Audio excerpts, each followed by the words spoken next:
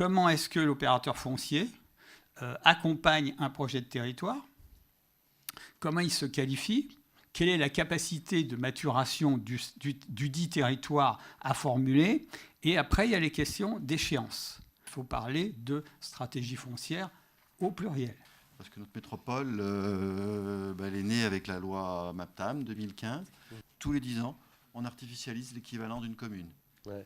Un terrain qui passe de naturel à constructible, dans certains coins de la métropole, il prend 700 fois le prix. 700 fois le prix. Comment un maire il peut résister à ça ?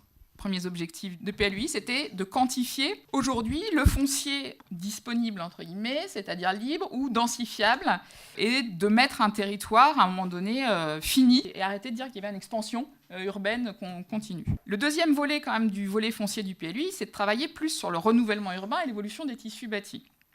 On a des espaces urbains qui sont renouvelables, parce qu'on a tous les équipements, les réseaux, on a une structure de foncier. On a des secteurs qui connaissent un renouvellement générationnel important. L'agence d'urbanisme a fait une étude sur ce qu'on appelle le renouvellement générationnel, puisque je rappelle sur Grenoble, on a, je crois, 60 000 logements qui se sont construits en 6 ans entre les années 68 et 75. Et que tous ces logements en fait, sont en train de se libérer, qui ne répondent pas forcément à la demande.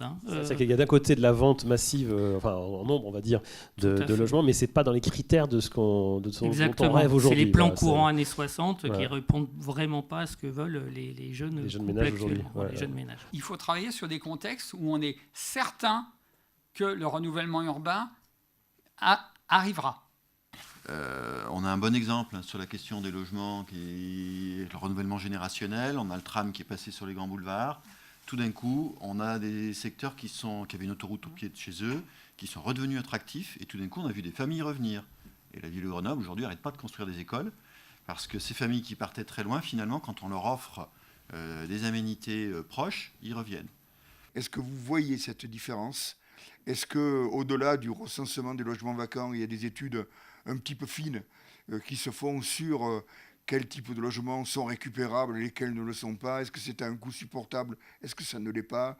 La question des copropriétés, etc. Mais enfin, c'est quand même un élément de sobriété qui a été soulevé d'ailleurs ce matin, qui paraît important. Est-ce qu'avec l'évolution législative récente, il y a une évolution des pratiques ou non? Sabine Sirug.